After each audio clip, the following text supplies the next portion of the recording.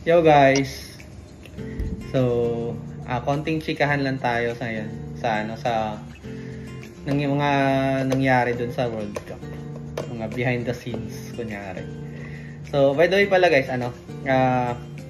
isa ako sa mga staff dun sa Kasi kami dito sa Japan kasi guys, yung grupo namin yung kami mga Pinoy, especially sa group ko, yung Embang Unlimited na group. Kami doon sa grupo is kasama talaga kami, player kami ng First Labo. Member kami ng ang pangalan ang group namin sa First Labo ay Strikeworks. Kaya every time pag may mga event doon sa yung kunyari World Cup, mga ganyan.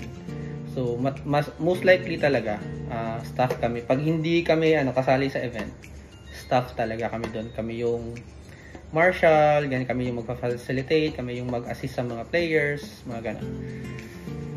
So, yun na regarding doon, una, kami yung nag-set up ng layout. Tsaka kami din una tawag ba nito?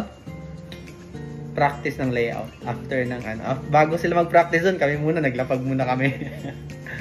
So, naglapag muna saglit. Pero yun nga, actually, guys, first of all, I would like to congratulate pala guys sa mga participants. Hindi lang sa nanalo, lahat ng participants doon. It's really a privilege to work with you guys, and also congratulations sa lahat na nag-race. At the same time, congratulations sa mga nanalo. Okay? Being part of the event is actually really a privilege na. Kaya sa mga medyo kinapos sa result na inaasahan nila, don't be saddened. Just work hard na lang sa susunod. Okay? So tatagan lang. I think pa naman yun. Meron pa namang next year Meron pa namang sunod. So galingan lang sunod. So doon ang nangyari doon actually guys during nung practice day, nung Saturday kasi yung practice day, kasi yung event mangyayari talaga is Sunday. So meron silang one day na practice day doon. Half day lang pala, half day. Kasi yung practice day kasi magsa-start kasi siya alas 12 ba yun, alauna? Something ganun yung magsa-start yung andun. Tama ba ako? Kalimutan ko lang. Basta ganun yung oras na nag-start. So until 5 PM sila doon mag-practice.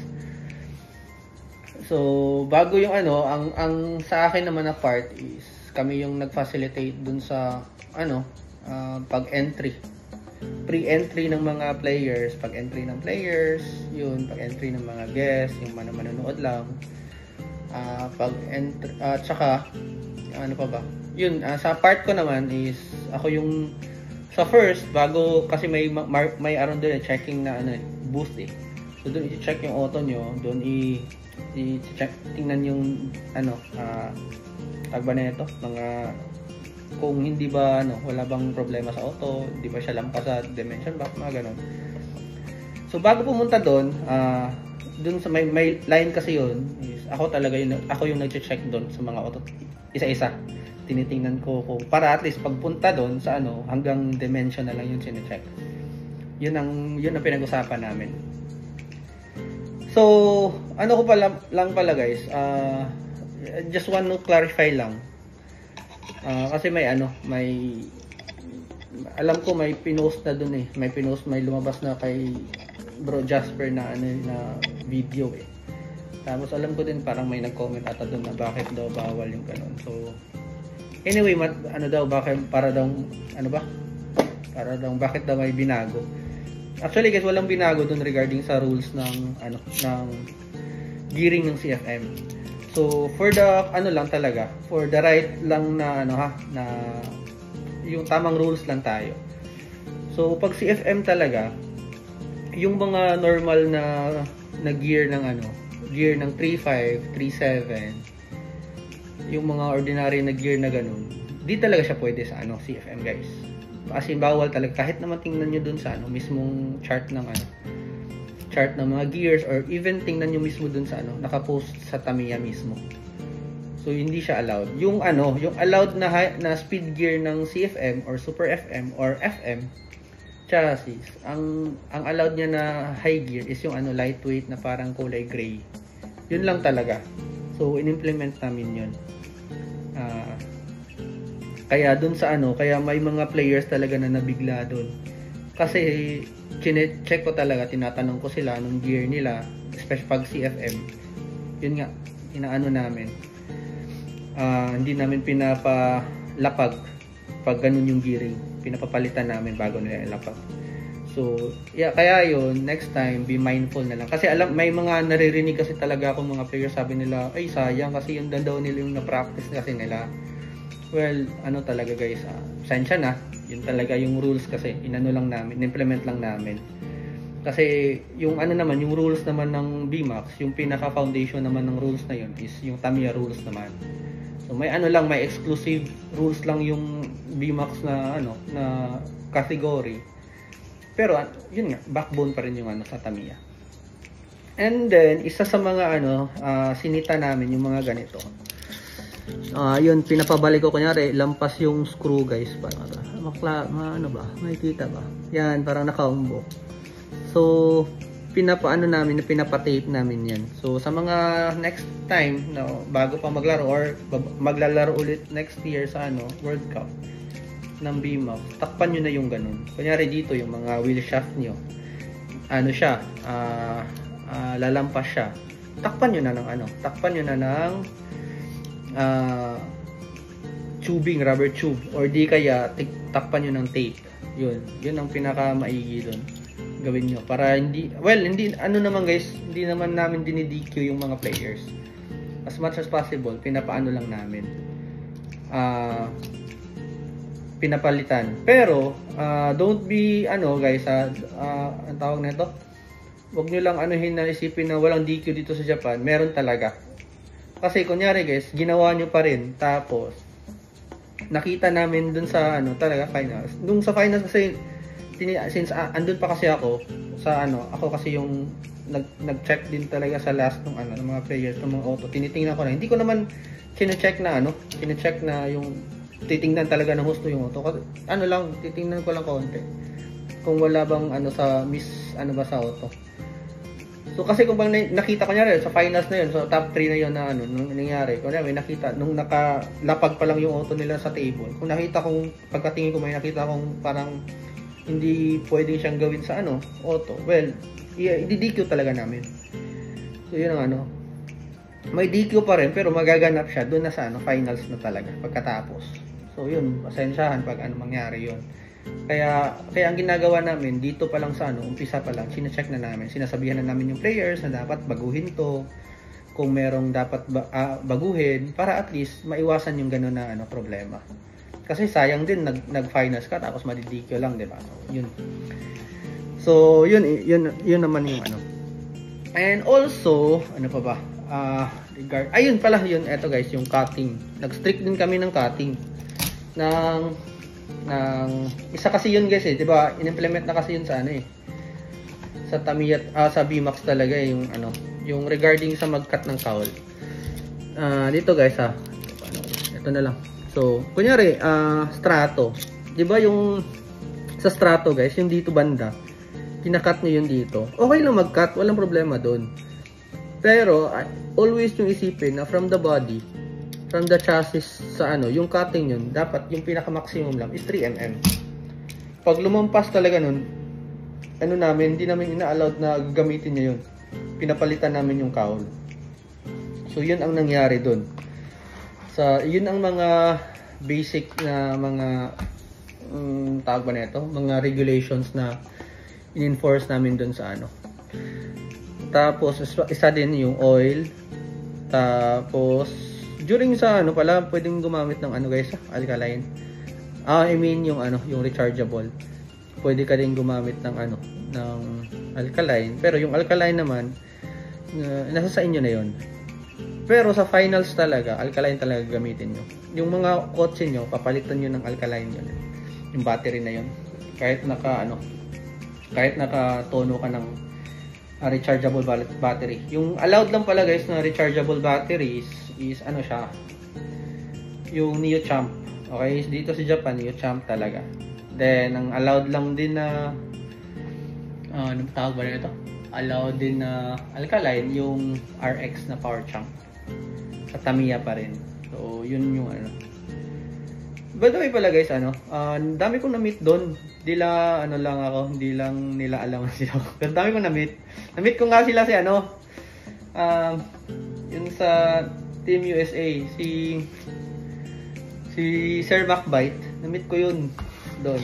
Isa yun sa mga na-meet ko doon. Binigyan niya ako ng sticker eh. Love ako ni Sir. Sobrang nainggit nga yung sa akin yung tropa ko kasi bakit daw si Sir Macbite? Ang daming binigay na sticker sa akin. Kaya Sir, thank you. Ulitin siya. Ito yung mga so binigyan din ako ng TU. Oy, congratulations pala sa inyo ha. Tapos ano pa ba? Ito yung binigay sa akin ni Sir Macbite, isa sa kanya. Sa team niya daw to. Yan, isa yan. Ano pa ba? Ito. So yung mga tropa ko, ang na-receive kasi nila ganito. Na-receive nila. Ito lang, ganito lang yung na-receive nila kay Sir Macbite. Ano ba? Ayun. Ito. Parang ganyan. Isa lang na-receive nila. Pero sa akin yun, naka-receive na ako nung isa, di ba? Naka-receive pa naman ako nun. Tapos, binigyan pa ako niya ng ganito. Ito. So, Sir, thank you ulit ha. Sa pupunta mo dito nung April. Alam mo na. Alam mo na kung ano. Ha? Tapos, ano pa ba?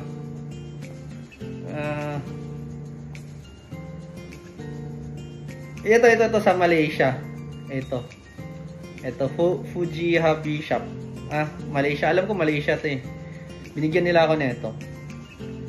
Okay. So congratulations din sa kanila kasi sa team battle, third. Yun. Congratulations din sa kanila. So tsaka syempre binigay sa akin Actually, binigay sa akin 'to ni Master ni Takamo-san. So binigay niya sa akin. And also ito ni Pau. Hi Pau. Ni Paolo. Andun si Paolo. Una, hindi ko na masyadong namukhaan si Paolo. Kasi feeling ko parang pumayat siya konti. Kaya sabi ko parang kilala ko pero parang nagdadalawang isip ako. So, yun. Lumapit siya sa akin. Sabi niya, uy, kaya nung pagkalapit siya, doon ko na-confirm. Ay, Pau, sabi kong gano'n. Sa kanya. So, actually, ganun, maganda talaga yung yung experience doon sa tawag ba na ito? World Cup. And also, from the way nakita namin, ang na-observe namin, kaming mga, especially ako, mga kasamahan namin Pinoy, na-observe talaga namin, dun sa practice day pa lang, ang may laban talaga, yung Philippines. Alam na namin yun. Philippines. At saka yung isang sinabi ko lang, alam to ng side ng Philippines. Alam to side ni yung head si Bro Johnny. Alam niya na sinabi ko sa kanya na, bro, watch out kayo sa Taiwan. Kasi may laban talaga yung Taiwan. Ang pa naman yung Taiwan, yung gamit nila FMA. Magandang takbo nung final. Nung practice day, as in. Yung nagulat nga kami guys sa Italy. Kasi kasi sa Italy guys, sa practice day, wala talaga, hindi maganda yung performance na nangyari sa kanila. Mas maganda pa yung performance ng Canada tsaka US nung practice day. Yun ang napapansin namin. Tapos sa ang Taiwan talaga meron ng Taiwan guys na na-amaze ako kasi pareho kami ng ganito. Ito yung auto ko, 'di ba? Ganito din yung build ng auto niya. Kasi kaya nung tapos ang ganda pa manakbo. Kaya sabi ko, puti ka. Sabi ko, parang auto ko talaga yung andun. Ang lang nung sa nung race day na, event day, ibang auto ang ginamit niya. Hindi yung pre-practice niya na FMA ang ginamit niya. Yung pre-practice niya is yung CFM. Yung nilapag niya, CFM. Which is, pagkatapos nga ng event nung ano, nagkita kami sa baba, kinausap namin, kaya pauwi na kami, inano niya kami, nilapitan niya kami. Nag-thank you sa yun nga, sa pag-assist sa race. Sinabihan nga namin siya, kami magkasama, kami lang ni Sir Obit, sinabihan namin na bakit niya hindi ginamit yung FMA niya. Kasi sinabihan namin siya kahapon, ang ganda ng takbo ng FMA niya. Ano daw, ang sagot niya sa amin is, nagko-contemplate daw kasi siya. Kasi daw, sabi niya, somehow pumapasok daw kasi yung CFM din niya doon kahapon. Yun ang sinabi niya. So, ngayon, parang nadala siya sa mga siguro, sinabi ng mga niya, kasamahan niya na CFM na lang ang ilapag. Pero ano din daw talaga, gusto niya daw talaga sanang gamitin yung FMA niya. But yun nga, it happens. Meron pa silang isang kasamahan doon, guys. Parang, iwan ko, parang siya yung leader nila doon ng Taiwan, Blue. Siya yung sa lahat ng tumakbo doon nung practice day, siya yung pinakamabilis sa lahat na tumakbo doon. Tapos pumapasok talaga. Nung umabot pa ngayon ng umabot siya ng semis umabot siya ng parang second round ng finals. Parang ganun, umabot siya ng second round finals. Kasi first round yung mananalo, yung second round naman yun. Sunod, yung mga winners versus winners na parang ganun. Umabot siya ng ganun, finals na second round. Doon lang siya nadali kasi mabilis talaga auto niya. Dapat talaga yun nga. Pero ang kasi, di ko din masabi na dapat kinontrol niya kasi during kasi nung paglapag kasi nila, guys. Pag start na kasi ng ng race, kung anong battery nakasaksak mo, hindi mo na gagalawin yun. Nakatenga na yung auto mo, naka-impound na yung auto mo. Impound yung players, impound din yung auto. Ganun na nangyari. Ngayon, pag matapos na lahat ng lapag, so sino yung unang pumasok na na yun, sunura na yun, sino yung unang pumasok, pangalawang pumasok, tatlong pumasok. So ibig sabihin sila yung maglalaban, 1, 2, 3 sa second round. Ganun na nangyari. Third round pala. Maabot pala ng third round. Kasi nag-third round pa yung yung sa Taiwan nga, sabi ko parang siya yung head nila. Parang siya yung team leader, I mean. Maganda, mabilis sumanakbo, blue yung kulay ng niya. Parang, ba yun? MK ba yun? Yung cowl na gamit niya sa FMA niya or t-shirt na plated blue. Yung yung pagkakaalala ko. Mabilis. Yung isang kasamahan niya na magandang manakbo na FMA, mas mabilis pa manakbo yung sa kanya. So, yun, kaya pasabi talaga namin, sabi namin, may laban yung Taiwan. May laban talaga sila sa, Pero yun nga, minalas konti. So, pero, yun nga, nanalo. Yung nanalo sa individual is, yung nag-third is Canada. Yun pa, nung sa event doon na, lahat ng, 4 lang na player ng Italy, lahat ng nila pumapasok. Ang ganda, di ba? So, hindi mo talaga malalaman kung alin. Yung sa Italy naman, puro FMA gamit nila. FMA, may isa silang MA. Kakaalala ko. FMA, FMA, ang mga usual na ginamit nila doon ng mga auto is FMA, CFM, MA. Ano pa ba? I think yun lang ata yung napansin ko doon. Yun nga lang. Parang yun lang yung mga chassis na andun. Yung tatlong chassis lang nakikita ko dun. Well, Team Korean, dun din. So far, ang ganda ng mga auto ng Team Korea. Ang gagara ng ng auto talaga. Pati yung mga rollers, mga kulay, Gundam na Gundam eh. Basta maganda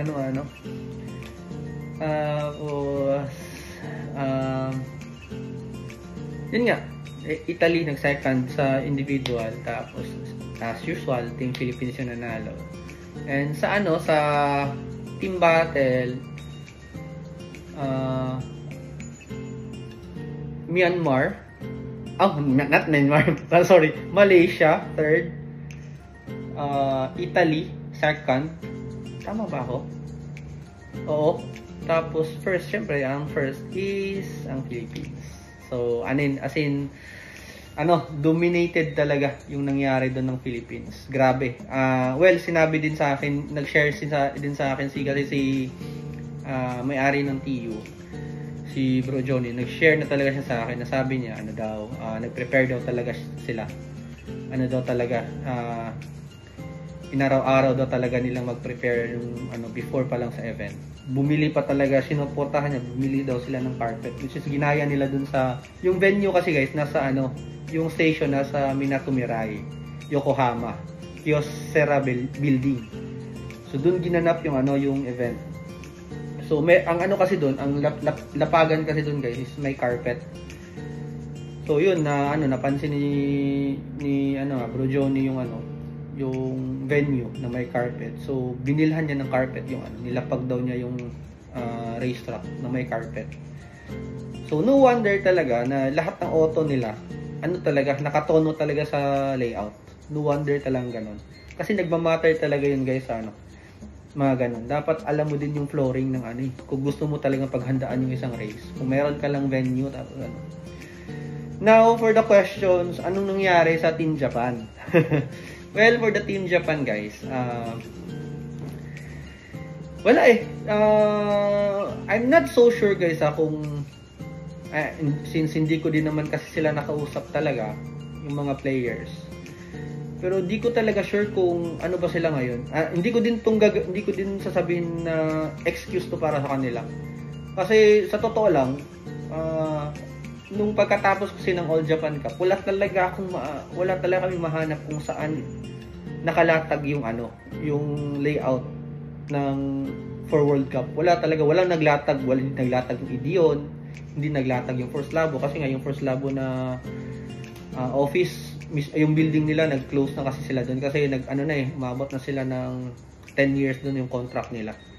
So might be in the future yung First Labo lilipat sila ewan ko kung lilipat sila ng area. So I'm not so sure pa about it. So yun nga, wala kaming maalala kung merong naglatag na kasi sa EDM din hindi kasya yung layout. Sinabi na sa akin ni Takamo yan, nag-usap kami, minessage ko siya, sabi niya hindi daw magkakasya yung layout. And then, eto pa, aside dun na wala silang malatagan, supposedly, alam ko talaga si Mita-san yung tinatawag namin Emperor. Kasi kaya tinatawag namin siyang Emperor, kasi yung cowl niya dati sa FMA niya, puro naka-dash Emperor yon ng mga cowl sa FMA. Kaya, from then on, may parang nickname siya sa amin. Tinatawag namin siyang Emperor. Siya kasi, isa siya sa mga nanalo isa siya sa mga nag-podium dun sa sa All Japan which is supposedly kasama dapat siya dun sa Team Japan. Kaso wala siya. Kaya di ko talaga sure anong nangyayari sa Team Japan. Wala akong dun. Pero di natin gawing excuse yun. Well, kasalanan nila yun. Kung hindi sila nag-practice tsaka hindi sila nag-prepare, well, sa kanila na yun. Bali, risk nila yun So, ang talaga namin, ang namin is nag-practice lang sila nung day din ng practice day, which is para sa akin hindi talaga nila kaya yung gawin na ganun. Para kasing ginagawa nila na usual style kasi ng the way yung laro dito sa Japan na kunyari may layout na nilabas tapos magpa-practice on the day lang talaga. Parang ganun yung ginawa nila So but it's not an excuse kasi binigyan sila ng dapat, well, di ko din alam kung may sa kanila, may ang tawag nito nag-support sa kanila, so sa mga players. So yun, kasi yung mga players lang din naman kung walang support galing sa organization, pag wala silang malatagan, wala talaga, no choice. So yun nga, yun yung nangyari dun sa sa Team Japan. So ano pa ba yun? Actually guys, by the way pala, shoutout ako sa Team Canada. Guys, meron kayong utang sa akin na pa-burger ha. Hindi, biro lang, peace. Alam na nila yon. So, anyway, joke lang. Kidding aside, okay? Yes. So, yun nga. Ano pa ba ang dapat isabihin ko doon? Yun, nag-participate din pala guys sa ano, sa yung grupo sa Apex. May 3 silang tao doon. Sa mga hindi nakakaalam, may 3 silang player doon. Kalimutan ko lang yung pangalan. Sorry guys. Pero si Adrian, alala ko yun, si Adrian kasi nagkakausap din kami ni Adrian sa ano, sa mga chat messages. Yun, ano lang, ang okay naman yung mga lapag nila nung pero may mga ano sila, may mga technicalities na nangyari na ano, issues sa ano, sa during sa ano, pag-prepare dun sa ano, mga auto nung race nung ano, tawag na ito, practice day. Yun ang mga nangyari. Yun ata yung ano na i-share sa akin ni Adrian eh. Bro, yun parang yun ata yung bro. Correct me if I'm wrong na lang, bro. So yun ata yung nangyari. Tapos sayang lang as in ano, bali nung during talaga, ganun talaga, during nung race day, hindi sumang-ayon yung panahon din sa kanila. So yun, sayang lang. So by the way pala guys, ano, regarding regarding dito. Kung napapansin nyo kasi sa video, ano, yung individual race, tama ba? Individual race. Nung mga bandang huli na, is naglaban-laban yung members ng ano, ng Philippine team, 'di ba? Ng Team Philippines. Actually guys, hindi yung sadya. Hindi talaga yung sadya. Actually na alam ko na ano, may pinagalitan doon sa nangyari. Kasi ang nangyari kasi yung mga players doon, na ano sila, parang na-enjoy nila sila manood. Nawala sa isip nila yung ano, pag-race. Ang akala nila, may madami pang players na ano, hindi pa nakalapag. So nung nag-call out na kami ng mga sino ano, dun pa lang sila na parang na-alert na, uy, lalapag na tayo. Kaya anong nangyari, naglalaban-laban sila. Which is, para sa akin, dahil nga natono yung auto nila, mataas sana yung chances nila. Mataas, I'm not taking shots sa Canada at saka sa Italy, na nag-third at saka nag-second. I'm not taking shots sa kanila kasi yun talaga yung result na eh. Ang ano ko lang is, based lang sa eye test namin, nakita namin doon, may potential na mag 1, 2, 3 yung Philippines. Which is, hindi nila na ano yun, hindi lang nila na, dahil nga na parang yun ang nangyari, hindi nila na ano, parang, yun, hindi nangyari, I mean, nagkaroon ng ano ba, ganun na problema. Kaya, sayang, kasi may potential eh, based sa mga takbo nila. Merong magandang manakbo sa kanila na ang tumalo lang din is yun nga, kasamahan nila na maganda rin tumakbo. So isipin mo na lang yun, kung yung natalo na magandang tumakbo din, nakalaban yung ano, may chance na manalo pa rin sila eh. So kaya nga masasabi ko talaga na pwede nilang may potential makuha sana yung 1, 2, 3 ng Philippines sa individual. Ganun kaganda yung performance ng mga auto ng Team Philippines. Yun lang masasabi ko. Well, let's appreciate kasi yun yung ano eh, yun ang let's appreciate and recognize talaga sa mga yun pangyayari. No doubt. So this year, it was dominated ng CFM chassis. Yun. Kasi last year it was actually not dominated ng CFM. It was actually dominated ng FMA. Kasi sila naman yun, nasa ano naman yun eh. Sa individual race kasi, doon mo naman kasi ano yun eh. Sa individual race, doon kasi talaga yun ma-measure mo kung anong chassis yung maganda, ang magaling. Na ano. Kasi sa team battle kasi ano na yun eh, teamwork yun. So, yan. So, doon nga. Kung i-measure natin sa ano from last year this year, so I would probably say na last year it was dominated by the FMA chassis. So this year naman sa World Cup it was dominated by the CFM chassis. So yun ang reality. So I think yun so far yun. Ano pa ba yung mga hindi ko na mention na group na nakausap ko. Pasensya na guys, hindi ko kayo na masyadong na Alam ko si sa US sino ba yun? Nakalimutan ko yung name eh. Alam ko meron ding isa si Jeremy sa Team USA ata yun, if I'm not mistaken. Parang ganon. Nakakalimutan ko lang. Tapos hindi pa ba yun? Na-meet ko dun. Basta sila, madami. Guys, sorry, hindi ko na kayo masyadong na. Also pala kay TJ. Bro, next year, pagpalarin ka ulit. Gamitin mo na yung atin natin na yun, yung sa settings. Ha? Mo na, sundin na yun. Kasi, basta, yun na yun. Ano pa ba? Si pala guys, yung minention ko si Mike, ng Team Canada. Palagi ko silang, ka-message. At saka, kasama sila sa group namin sa, ng Red Cup Racing. So, kami yun na grupo naman. Meron kaming circular group guys na, Red Cup Racing. Sa ito na yung Akaiboshi na na channel. So ang group chat na ito meron yan. Tapos may yun nga naging part ng ng circulation ng group. Yun nga, Red Cup Racing. So watch out na lang sa sa Better Watch sa susunod magbibigay. Sensya na guys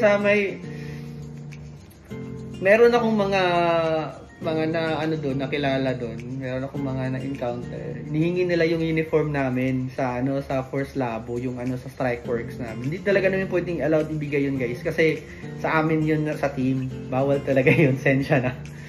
By the way pala, regarding sa uniform, binigyan kami ng Team Philippines sa uniform. Bro, thank you sa uniform. Ano pa? At saka sa nanghihingi ng sticker sa akin nung nakaraan. Sorry guys, hindi kasi ako, may personal ako, pero hindi ako nagpi-print ng may personal sticker ako, pero hindi ko piniprint siya ng madami kasi ang bala ko kasi is magpi-print talaga ako ng official sticker namin sa group. Yun ang ko. Ngayon pinapagawa ko pa ngayon sa Philippines. So, probably by next year, meron na akong maibigay sa inyo. Okay, so I think yun lang guys. Yun lang yung chikahan natin. Meron pa ba mga nangyari doon? By the way pala guys, hindi ko na masyadong, pala din doon. Hindi ko na, regarding sa pag-checking ng auto, hindi ko na masyadong hinigpitan. Yung yung tulad nung sa propeller, kasi, usual. Dapat talaga, sabi ng higpitan daw, sabi namin, focus na lang kami sa mga major muna na dapat asikasuhin sa pag-check. So hindi ko na masyadong yun. Hindi ko na masyadong pinush na na higpitan yung sa pag-check ng mga auto para at least naman lahat ng players, instead na kinakabahan na nga yung iba Madami talaga naglapag doon guys na kinakabahan sila. Sino bang hindi kabahan? Putik. Kahit naman siguro ako, pag andun ako, tapos ako na yung turn ko na, tapos nasa deciding factor ng race, nakabahan ka talaga. So yun nga, sinasabihan namin sila na, yun, kalma lang, enjoy the race, gano'n. Basta, yun ang So, yun na lang ba? Yun ba yung ko? Yun ba yung ko pa? At yun pa, eto. Hindi, joke, wala. Akin na lang yun, ha? Basta, akin na lang yun. Amin. Ayan, may nangyari dun din na. Alam mo na. Basta, ganun. Also, ano ba? I-set aside natin yan. Ano ba yung nangyari dun? Wala na ata. Yun lang din na ata. Also pala guys, I think next year, ang magdadala ng, sa pagkakaalam ko guys, sa Team Philippines, ang mag-handle ng dadala is yung sa Apex na. So sila naman yung sila yung magpapalag race diyan ngayon sa Philippines sa regarding sa World Cup, BMAX World Cup. So yeah, I think yun lang yung natin, chikahan na lang natin ngayon. Meron pala guys, meron akong meron one last thing pala. Meron kasing, nakalimutan ko lang yung name niya. Merong player dun na, Team Canada ba yun? Or Team sa USA ba yun? Tatanong sila sa akin kung nagbibenta ba daw ako ng parts. Yes, I do cater na magbibenta ng parts. Ano ba? Pwedeng, i-message nyo lang ako personally. Sa Facebook, makikita nyo ako. Hanapin nyo na lang ako sa Facebook. Ano ba?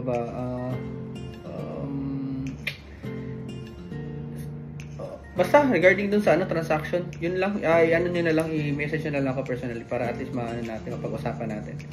Okay, so medyo mabahaba yun na yung naging kwento ko. Minsan yung mga kwento, wala nang masyadong di ba?